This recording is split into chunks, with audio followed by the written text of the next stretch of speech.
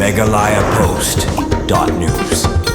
Uba Ricardo Darling, President Jongkol Kasi Meghalaya Tourist Taxi Association mentaka janmir ula puntip bakaseng kalarai ban pensangi no shipori ke jingyaki ke jongki ban penpai ki kali kamai ke jela Assam hadian baka sorkar jela kelapan por hadu ke shipoteri unailur ban penbet yakani ke kam lembot ki bor sorkar ke Assam ulai thuru banadu mentaka janmir on pelat no ya baro ki kali kamai ke jela Assam bakin rungkin mi kumajulong tad hadu ke tegesgi ke bagi bor sorkar jong ke Meghalaya bat Assam kini keren penben uteu no yalam ulai thu bakumbalong mentah kin ab ya kata gijing ai por ka sorkar berkermen baka sorkar jela kan pen urlong ya gijing dawa ka jongki kumbagila pen pa ho sembut menteri reng ba ka jela henry lada kamurlong kimban si ban sembyang ye ki weipat kisin jam ye ki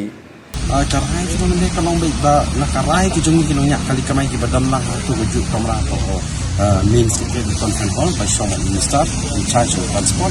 karai kalau ba nakasokang ka panpor yang ini siposnya po hapo sipotri jong September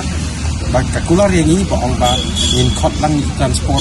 minister transport officer nanti ringkat bagi assistant secretary po dalam Assam manisong yang pekat lo kena kam kajing angut kajing dawa jungi ban pisengi ekeli panabar jela bakamai po panon kamai po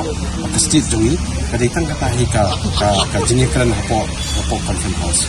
kela ho nilai pelaj mentah nya ala banyak kamai kembaju long hi tak hadu kata ke 10 September bada hati ke 10 September ada nimyo ya karai yang keba penhun ini nongnya kali kamai ke jela in sesim ya karai dekat berkini kini jasen ke badan lang bagi kani ka